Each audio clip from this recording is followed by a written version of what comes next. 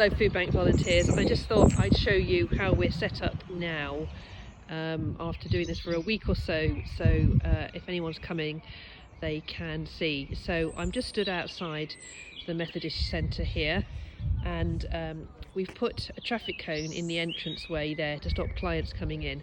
However, before the session starts, it's perfectly acceptable for volunteers to park in the car park, although it's a good idea if volunteers don't park in this car parking space here, number 9. The reason why I'm saying that is here we've got a table and a chair set up, and this is where we're going to deal with clients who perhaps come without a red voucher, because it's possible to talk through this window here. I'll explain that inside. So no cars here, but ideally you can park inside. And once everybody's safely in, we put a traffic cone in both that entranceway, and then also we have another entranceway over here where we've got a traffic cone to stop the cars coming in. And that's because we just can't make sure that the queuing works safely if we let cars coming in.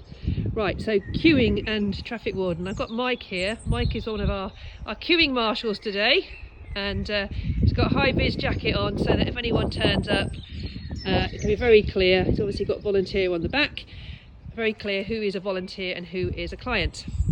We have this sign which says keep your distance 2 meters, and Mike's job is all about making sure that people queue at 2 meter distances. So we've got the tape, we've got a chalk mark here at the moment, that will be replaced with tape at some time, another chalk mark here, and tape going round. Now, one of the things I'm going to be asking Mike to do is, if people turn up in groups, we're going to ask them to only try and queue one at a time, and if they've got people with them to help carry bags, we're going to encourage them to try and stand near the wall, just to kind of give us all as much space as we can, as much breathing space as we can. So when we're ready for them, Mike will, as the car parking warden, will say to the client, right, you can walk up, and this is what we're calling the holding area, walk up here and don't progress any further than this cone. Okay, so they wait here.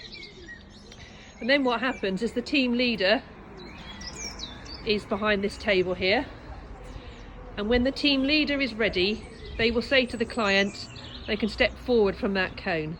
Okay, so we've got this door here which acts as a bit of a screen, and Jane can talk round it if she wants to. So the client will then bring their voucher and put their voucher on the table, and Jane will be able to retrieve it, or they may just have a code number, and in which case Jane will take the code and then record it in the voucher log. Now, this table here, this is where ultimately the food is brought to.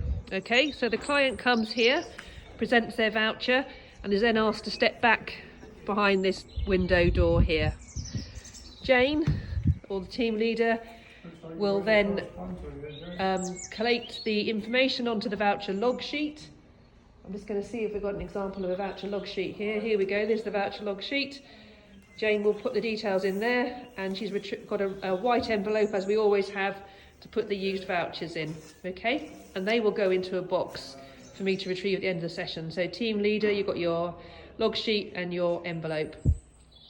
And then the request goes through into the warehouse, and you've seen this bit before, and we've got volunteers in here who are ready to retrieve the size of parcel that we've got: 2-person parcel, 4-person parcel. So all this is weighed out. Now, the team leader will ask if the client has dietary requirements, so things like being vegetarian or halal, and we've got some swapped out items, I think down at the back here, where the runner will get the swapped out items, and we've also got hygiene packs which will automatically get put into each food parcel. That's family hygiene packs, or female or men, depending on the size of the parcel. So again, remember, the whole idea is about making the transactions quick as possible. This is where the runner will make the vegetarian swaps or the halal swaps, and we've got some baby items that can be added in. So all this stuff is weighed out. This is like the old link, and you can grab from here. We've got some household items, but we are literally only going to use those if people really and truly ask us for them, because we are short of them, and also it makes a transaction too long. So the volunteer gets the parcel. The parcel is all weighed out into bags. So there's no bagging up, it's already done in bags. They then put the parcel in a trolley, reel it out here, and put it onto the second table. 10 years ago, we hadn't even thought of it. Which is there. Prior to that. I'm Sorry, just pausing because there was a client there. I didn't want to put them on film.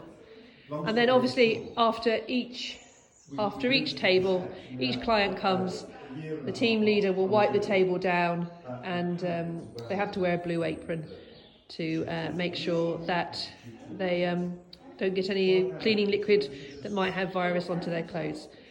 So, one last thing to show you. Here is the table where we are doing the clients that turn up without red vouchers. There shouldn't be many of those, but that is set up here and you can talk through the window. So hopefully that explains it, and I will do note to give you all an idea as well. Thank you very much.